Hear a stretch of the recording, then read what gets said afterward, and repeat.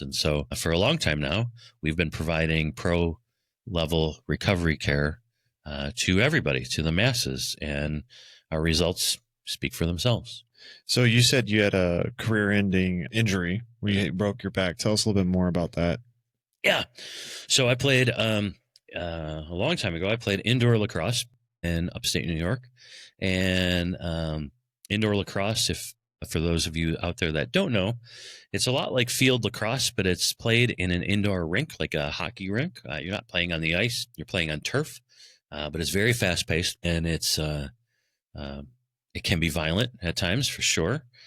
And during a game, I was cross-checked, bending over, picking up a ball. I got cross-checked across my back, and gosh, I mean, it was like a real bad stinger, but it took my legs out from underneath me. It took me right out of the game. And the next day I woke up and I didn't really have any use of my right leg. And so I immediately started looking for people that could help with it. And I went to PTs and orthos and neuros and Eastern medicine and Western medicine. I tried everything, massage therapy, and I really couldn't find any relief. And all the doctors, the orthos and neuros, all told me that I needed to have a back surgery. And I never knew anybody with a good back surgery, so I declined that.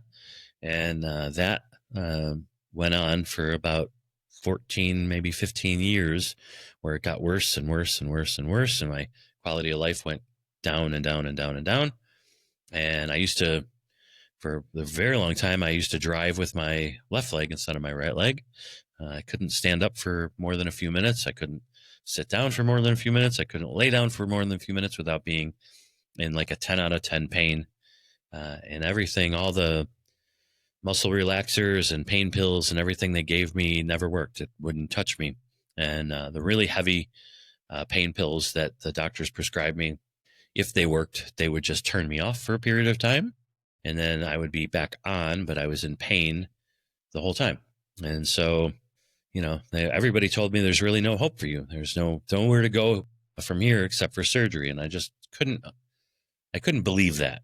I figured, I mean, in this day and age, there's got to be something. And so my parents actually are retired registered nurses, but I started using their old anatomy books from the 70s to try to figure out like what's going on with this injury and how can I fix it. So maybe I had a little chiropractor in me the whole time. I didn't know. Then we moved from the north, from Buffalo, and we moved down here to South Carolina.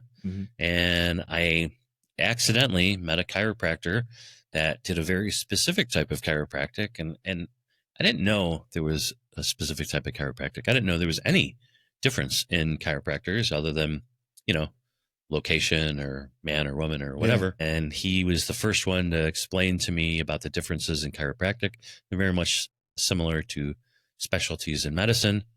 And he explained to me how he was going to try to analyze what had happened, find out where the root cause was, accept where it was, and then fix it. And I said, okay, well, whatever. I don't even think that you can help me. And it was a short period of time after seeing him that I started to feel a little bit better and better and better.